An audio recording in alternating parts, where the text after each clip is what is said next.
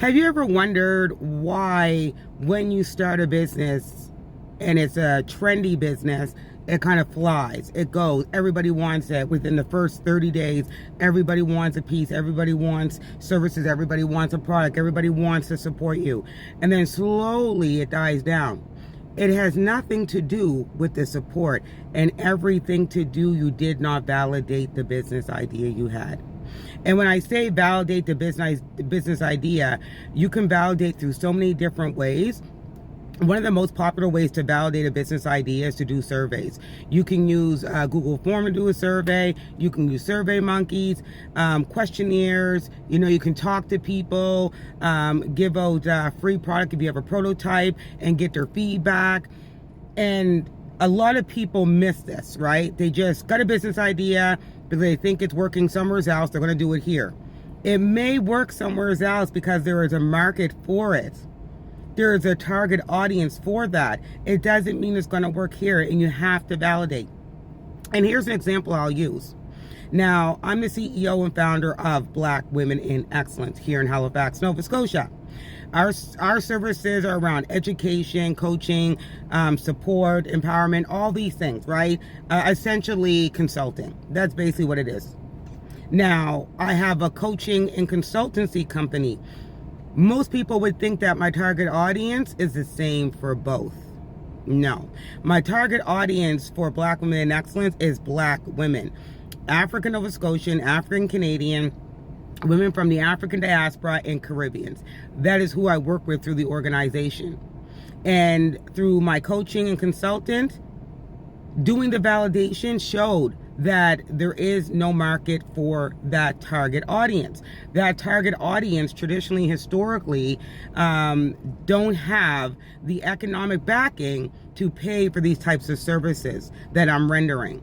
And when I did the validation, I did all the surveying and whatnot, I was completely shocked. Let me tell you guys, completely shocked. I had to pivot really quickly because what I thought could work would work. I have the organization. Let me work with women over on this end and be more customized with them, where I can spend more one-on-one time with them and get them to where they need to be. Sure enough, that wasn't the case. Now, with the organization, like I said, I work with Black women. With my consulting and coaching business, I work with everybody. Basically everybody. I do a lot of work with different, cultural backgrounds, and I like to stick with female. I don't technically like working with males because most males don't want to be told what they're doing wrong by a woman, let alone a Black woman. So I like to stick with women, or identify as women. And they are all cultural backgrounds. And it's funny enough that, through my coaching consulting, I have more of every other culture than Black. So my validation was right. There are certain demographics, certain target audiences that are going to pay for services. They're going to see that there is an ROI for an investment of these type of services. It doesn't mean because you've done it before or you do it on a different scale or a different business model is going to work every single time. And I am actually the proof of that. So before you come out the gate and you just see a business on Instagram or you see a business, on social media platform anywheres, and you say, oh, I'm going to do that without validating it, without really looking at your business model, it's going to be, a frenzy for 30 days. Everybody's going to want it, but you're not going to be able to scale with it. And you're going to notice that everything is quiet. No one's booking. No one's paying for services no more. No one's inquiring. It's because the market is not on demand here, guys. The market is not on demand. In the beginning, people do it because it's new, it's trending, right? It's something different.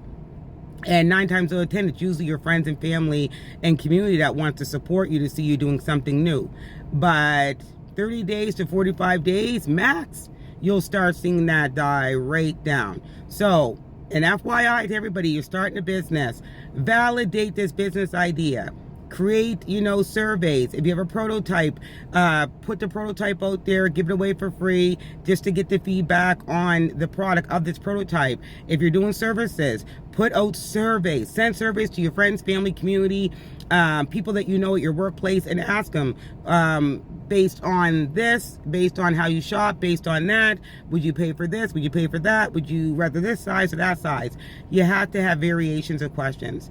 And you can always do an incentive for surveys. You can give out, $5 gift card if you're able to obtain to have that access to give a gift card out. But honestly, you have to find a way around it to validate.